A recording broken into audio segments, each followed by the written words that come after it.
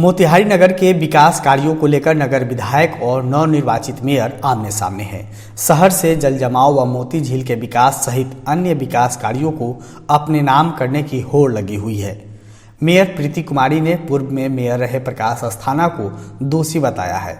Mayor के इस बयान के बाद नगर विधायक ने भी मेयर को नसीहत देने के लिए सामने आ गए। उन्होंने मेयर प्रीति कुमारी के बयान को अनर्गल बताते हुए असंवैधानिक करार दिया है। इधर विधायक प्रमोद कुमार के इस बयान के बाद मेयर कुमारी ने विधायक को भी नसीहत दी है। नगर निगम कार्यालय में पत्रकारों को संबोधित करते हुए मेयर प्रीति कुमारी ने कहा कि विधायक प्रमोद कुमार 4 बार के विधायक है और कैबिनेट मंत्री भी रह चुके हैं। पहली बात तो इससे वरिष्ठ नेता को छोटे चुनाव में कूदना नहीं चाहिए था, लेकिन नगर निगम और वार्ड के चुनाव में भी कूद गए। जनता ने अपने वोट से उनके प्रत्याशी को नकार दिया है। अब विधायक जी इतने परेशान हो गए हैं कि इस मोतिहारी के विकास में अभी से भी बाधा उत्पन्न करने में लगे हैं। मोतिहारी शहर के जल निकासी को लेकर 149 करोड़ का टेंडर जारी हुआ है, तो अब विधायक जी अनर्गल बयान दे रहे हैं। अगर विधायक मोतिहारी के विकास को लेकर इतने ही तत्पर थे तो आज तक टेंडर क्यों नहीं हुआ, जबकि इस परियोजना का डीपीआर 2017 से बना हुआ है। पिछले 8 वर्षों से केंद्र में भाजपा की सरकार है, राज्य में भी उनकी सरकार थी और मोतिहारी विधायक, सांसद और मेयर भी उनका था। इसके बावजूद भी उनसे इनका टेंडर नहीं हो सका। 2019 में हमारे नगर निगम में 4 करोड़ की राशि आई थी, लेकिन इस नगर निगम के चेयरमैन की उदासीनता के कारण 2 करोड़ 72 लाख की राशि वापस चली गई है। हम लोग उस पर भी काम करने का कोशिश करें कि वो वापस पैसा नगर निगम में आए और उसका काम नगर के विकास के लिए हो सके। और जो खबर नरकटियागंज से है, जहां बीती रात एसएसबी कैंप के समीप एक बांग्लादेशी नागरिक को पकड़कर एसएसबी के जवानों ने शिकारपुर पुलिस को सौंप दिया है। मामले में थानाध्यक्ष रामाश्रय यादव ने बताया है कि पकड़े गए विदेशी नागरिक ने पुलिस को बताया है कि वह भारत में 5 माह पहले आया है। कभी स्टेशन तो कभी इधर उधर आ रहा था। वो बांग्लादेशी जिला नरसिंह थाना दोहरा ग्राम बिलवाड़ा का रहने वाला है। उसका नाम काला मियाँ है।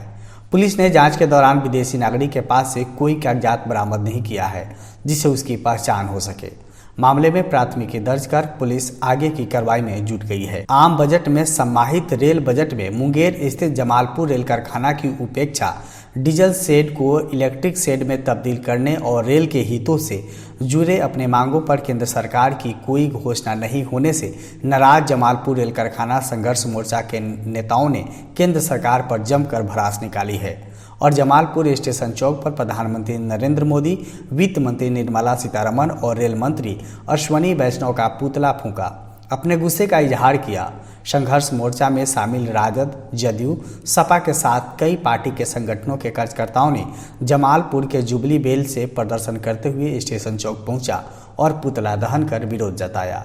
इस दौरान प्रदर्शनकारी जमालपुर कारखाना के साथ सौतेला व्यवहार बंद करो, केंद्र सरकार होश में आओ, आम बजट धोखा है, जमालपुर को अंधकार में झोंका है जैसे नारों के साथ प्रधानमंत्री, वित्त मंत्री और रेल मंत्री पर नारा कर विरोध किया। आज आम बजट और इस आम बजट में समाहित रेल बजट को लेकर के हम जमालपुर रेल निर्माण कारखाना संघर्ष मोर्चा में शामिल विभिन्न दल के लोग लगातार आंदोलन कर रहे हैं, प्रदर्शन कर रहे हैं, सरकार को पत्र भी लिख रहे हैं, लेकिन यह सरकार इतना निरंकुश हो गया है कि यह आम आदमी के हितों की लगातार उपेक्षा कर रहा है। जमालपुर रेल कारखाना जो ये एशिया का सबसे प्रसिद्ध कारखाना है, इस 74वां बजट में भी इसके साथ धोखा हुआ। मोर्चा की जो मांगे थी कि डीजल सेट को इलेक्ट्रिक सेट में तब्दील किया जाए, घोषणा नहीं हुई। वाई लेक पर नया स्टेशन दिया जाए, घोषणा नहीं हुई। रेलवे विश्वविद्यालय की स्थापना की जाए, घोषणा नहीं हुई। और हमारा जो प्रमुख मांग है कि जमालपुर कारखाना, चूँकि बिहार में इकलौता कारखाना जमालपुर कारखाना है, इसको पूर्व मध्य रेलवे में शामिल करिए। और लेकिन दुर्भाग्य देखिए कि एक कारखाना होने के बावजूद किसी सरकार का ध्यान हमारे कारखाना की तरफ नहीं आकृष्ट हो रहा है। तो इससे बड़ा इस शहर का दुर्भाग्य क्या होगा। इसके विरोध में जमालपुर रेल निर्माण कारखाना संघर्ष मोर्चा ने आज प्रधानमंत्री, रेल मंत्री और वित्त मंत्री का पुतला दहन करने का काम किया, क्योंकि मेरा सीधा मानना है यह जमालपुर जो कि एशिया महादेश का गौरव होता है, भारत के रेलवे का जनक है और लगातार यहाँ के क्षेत्रीय जनप्रतिनिधि हो, चाहे सरकारें हो या केंद्र सरकार हो, इस कारखाना के साथ धोखा करने का काम कर रहा है, सौतेला व्यवहार करने का काम कर रहा है, जिसके विरोध में हम लोगों का आंदोलन निरंतर जारी है। क्या नाम हुआ? पप्पू यादव, जिला अध्यक्ष समाजवादी पार्टी मुंगेर, संयोजक जमालपुर रेल निर्माण कारखाना संघर्ष मोर्चा। बिहार के मधुबनी में एसपी के निर्देश पर नगर थाना पुलिस ने निधि चौक के पास गुप्त सूचना के आधार पर भारी मात्रा में शराब की खेप को बरामद किया है। शराब पहुंचने की गुप्त सूचना पर नगर थाना द्वारा निश्चित ठिकाने पर पुलिस टीम को लगाया गया, जहां ट्रक के पहुंचते ही पुलिस ने रुकवाया और ट्रक की तलाशी शुरू कर दी। ट्रक खाली था, लेकिन ट्रक के ऊपरी हिस्से में तहखाना बना हुआ था। पुलिस ने जब तहखाना को देखा तो भारी मात्रा में विदेशी शराब को बरामद किया। शराब के साथ ट्रक को पुलिस ने जब्त कर लिया और ट्रक के साथ 2 तस्कर को भी गिरफ्तार किया है। एसपी सुशील कुमार ने बताया है कि गुप्त सूचना पर कार्रवाई की गई। ट्रक से 223 कार्टून विदेशी शराब को बरामद किया गया है और तस्कर को गिरफ्तार किया गया। पुलिस गिरफ्तार तस्कर से पूछताछ कर उसके नेटवर्क और खंगाल रही है। बहरहाल पुलिस की कार्रवाई से शराब तस्करों में दहशत बनी हुई है। देखने से ऐसा लग रहा था कि ट्रक जो है खाली है, लेकिन उसको जब गहराई से चेक किया गया तो उसमें लगभग 6744 बोतल, 223 कार्टन और टोटल जो है 1966 लीटर जो है विदेशी शराब बरामद हुआ है। इसके साथ 2 लोगों की गिरफ्तारी हुई है और जहां पे जा रहा था उनकी पहचान की गई है। उसकी गिरफ्तारी के लिए भी रेड किया जा रहा है। बिहार सरकार के पर्यटन विभाग और जिला प्रशासन गया द्वारा जिले के बोध गया के कलचक्र मैदान में आयोजित 3 दिवसीय अंतर्राष्ट्रीय बौद्ध महोत्सव के समापन अवसर पर रेत के जादूगर सैंड आर्टिस्ट मधुरेंद्र कुमार को अंतर्राष्ट्रीय बौद्ध सम्मान से नवाजा गया है। यह सम्मान बौद्ध महोत्सव 2023 के आयोजन अवसर पर कला के क्षेत्र में उत्कृष्ट कला प्रदर्शन के लिए दिया गया है। पर्यटन पदाधिकारी के साथ अन्य पदाधिकारियों ने भी अपने हाथों से सैंड आर्टिस्ट मधुरेंद्र को स्मृति चिन्ह और पुष्पगुच्छ देकर सम्मानित करते हुए बधाई दी है। बता दें कि सैंड आर्टिस्ट मधुरेंद्र ने पर्यटन विभाग और जिला प्रशासन गया के बुलावे पर बौद्ध महोत्सव में देश विदेश और कई प्रदेशों से आने वाले सैलानियों के स्वागत के लिए बोध गया के कालचक्र मैदान में बने मुख्य सांस्कृतिक पंडाल के बगल में 2 दिनों की कठिन मेहनत के बाद 20 फीट लंबी और 10 फीट ऊंचा बालू पर गाया जिम डैम जलाशय के साथ बोध गया में स्थापित विश्व प्रसिद्ध महाबोधि मंदिर में विराजमान भगवान बुद्ध की भव्य तस्वीर बनाकर लिखा हर घर गंगा का जल, जिसे देखकर बिहार के उप मुख्यमंत्री तेजस्वी प्रसाद यादव ने कुछ देर तक निहारते हुए मधुरेंद्र की कलाकृति को जमकर प्रशंसा की। मोतिहारी लोकसभा के राजद के पूर्व प्रत्याशी व राष्ट्रीय जनता दल के प्रदेश उपाध्यक्ष विनोद श्रीवास्तव ने 2024 लोकसभा चुनाव में जीत के लिए सोमेश्वरनाथ महादेव मंदिर में पूजा अर्चना किया और भगवान से प्रार्थना किया। इस दौरान पूर्वी चंपारण में आने पर उनके कार्यकर्ताओं ने भव्य स्वागत किया है। पटना से निकलने के बाद मुजफ्फरपुर, मोतीपुर, चकिया, केसरिया के साथ जगह जगह कार्यकर्ताओं ने फूल माला से स्वागत किया। वहीं श्रीवास्तव ने पूजा अर्चना के बाद अरेराज के बहादुरपुर गांव पहुंचे, जहां अपने कार्यकर्ताओं और राजद के अन्य पदाधिकारियों के साथ बैठकर आगामी लोकसभा चुनाव 2024 के बारे में चर्चा की। कार्यक्रम के दौरान विनोद श्रीवास्तव ने पत्रकारों के नीतीश और कुशवाहा की लड़ाई के बारे में पूछे गए सवालों पर बसते हुए नजर आए और अपनी पार्टी के विकास और कार्य के बारे में जानकारी दी। आज पूर्वी चंपारण मोतिहारी में भगवान सोमेश्वरनाथ बाबा भोलेनाथ का दर्शन किए और बाबा भोलेनाथ से आराधना की, आग्रह किए कि पूर्वी चंपारण की जनता पूर्ण स्वस्थ और सुखमय रहे, साथ ही साथ पूरे बिहार की जनता सुखमय स्वस्थ रहे। साथ ही भगवान भोलेनाथ से आग्रह किए हैं कि पूर्वी चंपारण में आगामी लोकसभा चुनाव में राष्ट्रीय जनता दल के परचम लहराए और लोकसभा की भारी मतों से जीते। ये उपेंद्र कुशवाहा जी एक बड़े कदावर नेता हैं, जरूर मैं उनका भी सम्मान करता हूं, मेरे बड़े भाई के रूप में है। उपेंद्र कुशवाहा जी और जनता दल यूनाइटेड का अपना अंदरूनी मामला है, इसमें हम लोगों को कुछ नहीं कहना है। ये उनका अपना क्या मामला है, क्या डिमांड है जदयू से, या आगे उनका कहाँ निगाह है, ये वो खुद ही बताएंगे। नरकटियागंज बेतिया मुख्य मार्ग 60 थाना क्षेत्र में 2 मोटरसाइकिल की आमने सामने की जोरदार टक्कर में 2 व्यक्ति की घटनास्थल पर ही मौत हो गई। टक्कर इतना जोरदार था कि दोनों बाइक चालकों की घटनास्थल पर ही मौत हो गई, जबकि इस घटना में बाइक पर सवार एक महिला समेत 2 लोग गंभीर रूप से घायल हो गए। स्थानीय लोगों ने घटना की जानकारी साठी पुलिस को दी, जिसके बाद घटनास्थल पर पहुंची पुलिस ने आनन फानन में सभी को चनपटिया अस्पताल पहुंचाई, जहां चिकित्सकों ने 2 व्यक्तियों को मृत घोषित कर दिया और गंभीर रूप से घायल 2 व्यक्तियों को प्राथमिक उपचार के बाद बेहतर इलाज के लिए GMCH बेतिया रेफर कर दिया है। वहीं इस घटना में मृत दोनों व्यक्तियों की पहचान नरकटियागंज निवासी के रूप में हुई है और घायल दोनों व्यक्तियों को पहचान रामनगर निवासी और नरकटियागंज निवासी संदीप कुमार के रूप में हुई है। मझौलिया में बाइक चोरों का गिरोह सक्रिय हो गया है। बाजार में भीड़ भाड़ वाले स्थान से चोर आसानी से बाइक को चोरी कर घटना को अंजाम दे रहा है। आए दिन मोटरसाइकिल चोरी होने से लोगों की चिंताएं बढ़ गई है। इसी दौरान मझौलिया पुलिस ने कार्रवाई करते हुए थाना क्षेत्र के आमुआ बैरागी टोला गांव से चोरी की गई मोटरसाइकिल को युवक के साथ रंगे हाथ गिरफ्तार किया है। गिरफ्तार चोरों की पहचान कर ली गई है। थानाध्यक्ष अभय कुमार ने बताया है कि चोरी की बाइक रखने वाला चोर को रंगे हाथ 2 बाइक के साथ गिरफ्तार किया गया। अभियुक्त को मेडिकल जांच उपरांत जेल भेज दिया गया है। एक जो है चोरी के बाइक रखने वाले व्यक्ति को 2 मोटरसाइकिल के साथ गिरफ्तार किया गया है। मोटरसाइकिल चोरी की है, जिसका नाम सुनील कुमार पिता श्याम बिहारी शाह अमवा बैरागी टोला, और एक जो है शराब पीने वाले को पकड़ा गया है। 2 व्यक्ति और 2 मोटरसाइकिल बरामद हुई। नरकटियागंज में प्राइड इंटरनेशनल स्कूल का उद्घाटन पद्मश्री विधायक भागीरथी देवी और SDM धनंजय कुमार ने दीप प्रज्वलित कर किया। कार्यक्रम के दौरान मुख्य अतिथियों को फूल माला और अंगवस्त्र देकर सम्मानित किया गया। विधायक भागीरथी देवी ने कहा कि विद्यालय में शिक्षा की व्यवस्था के साथ साथ आधुनिकता और तकनीकी का समावेश भी किया गया है। वहीं SDM धनंजय कुमार ने कहा कि जो देखते हुए हम सीखते हैं वह हमारे व्यक्तित्व के साथ जुड़ती जाती है, जिसका प्रयास इस विद्यालय ने किया है, जिसका लाभ यहाँ के बच्चों को मिलेगा। वहीं स्कूल के डायरेक्टर मनीष कुमार मिश्रा ने कहा कि हमारे विद्यालय में फिलहाल 1 क्लास से 8वीं क्लास तक के बच्चों के लिए शिक्षा की व्यवस्था की गई है। इस विद्यालय में शिक्षा को टेक्नोलॉजी से जोड़ा गया है और सभी कक्षाओं में स्मार्ट क्लास की व्यवस्था की गई है। शिक्षा सिर्फ किसी बच्चों को किताबी ज्ञान देना नहीं है, आध्यात्मिक ज्ञान, अध्यात्म से जोड़ना। अध्यात्म क्या करता है? व्यक्ति के आत्मबल को विकसित करता है। आत्मबल से ही आत्मविश्वास का जन्म होता है। जब तक हम बच्चों को सिर्फ किताबी ज्ञान देते रहेंगे, इस दुनिया के संघर्ष में बहुत आगे नहीं जा पाएंगे। एक समय के बाद वो थक जाएंगे, थक के बैठ जाएंगे। हमने एक बिहारी होने के नाते अपने शहर के लिए एक ऐसे विद्यालय की स्थापना की है जहाँ पे विद्यालय शिक्षा को टेक्नोलॉजी से जोड़ा जाता है। हमने यहाँ पे अपने स्कूल में शिक्षा और टेक्नोलॉजी दोनों को एक साथ लाके खड़ा किया।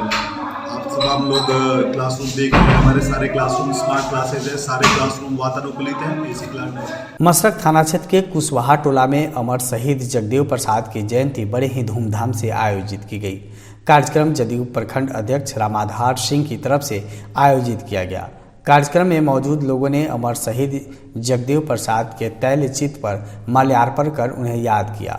इस मौके पर जदयू प्रखंड अध्यक्ष रामाधार सिंह ने बताया है कि अमर शहीद जगदेव प्रसाद शोषितों वंचितों की आवाज़ और संघर्ष की साक्षात प्रतिमूर्ति थे। उनके विचार आज भी प्रासंगिक है। हमें इस बात का गौरव है कि हमारे नेता मुख्यमंत्री नीतीश कुमार उनके विचारों और आदर्शों को जमीन पर उतारने का काम कर रहे हैं। जदयू के सभी कार्यकर्ताओं का यह नैतिक दायित्व है कि उनके नेतृत्व में हुए विकास कार्यों को समाज के अंतिम व्यक्ति तक पहुंचाए। यही बिहार लेलिन जगदेव बाबू के प्रति सच्ची श्रद्धांजलि भी होगी। पहलका बात की वो तो क्रांतिकारी लोग थे हैं, और दबे कुचले लोगों की हमेशा आवाज़ उठाए करते थे।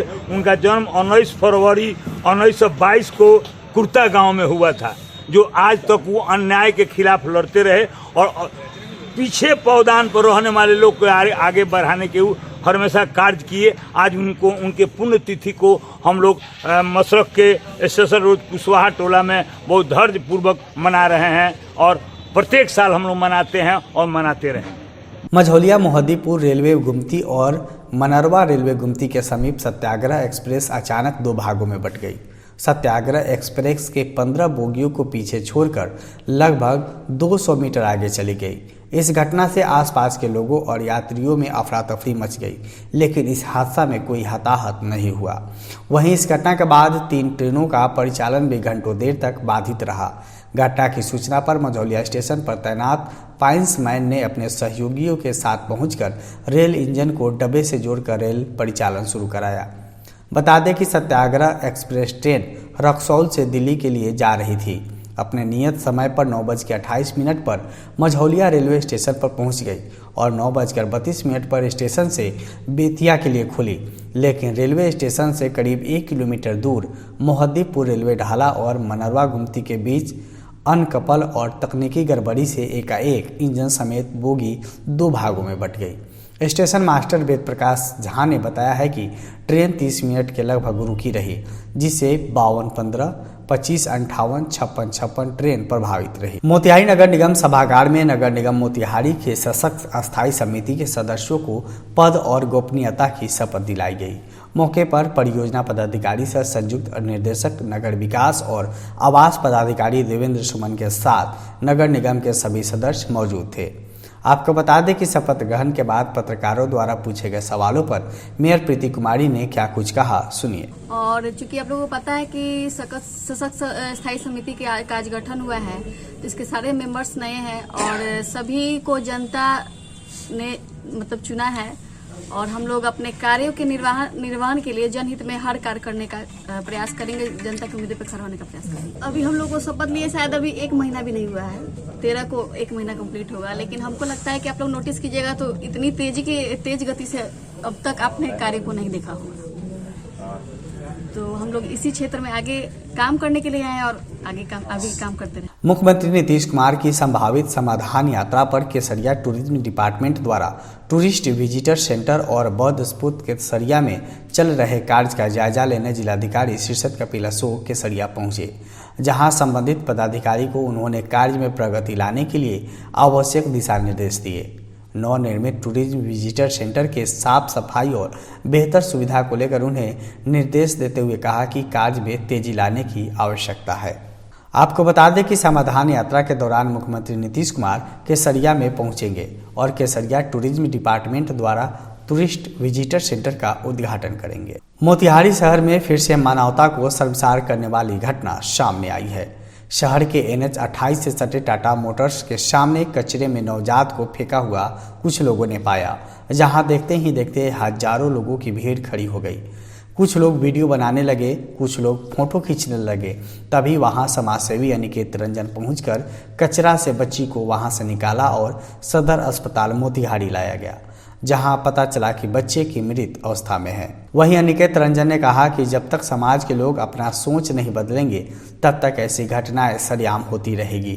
वहीं अनिकेत रंजन ने कहा कि जिला प्रशासन ने पहले भी हॉस्पिटल चौक पर कई नवजात बच्चियों का शव मिलने के बाद जांच कमेटी बैठाई थी और जांच हुई, लेकिन जांच रिपोर्ट के बाद भी कार्रवाई नहीं की गई। समाज में छोटा छोटा घटना तबे होता है जब यहाँ के आसपास का लोग जो उसको बर्दाश्त करता है, और ऐसा आज पहली बार घटना नहीं हुआ है।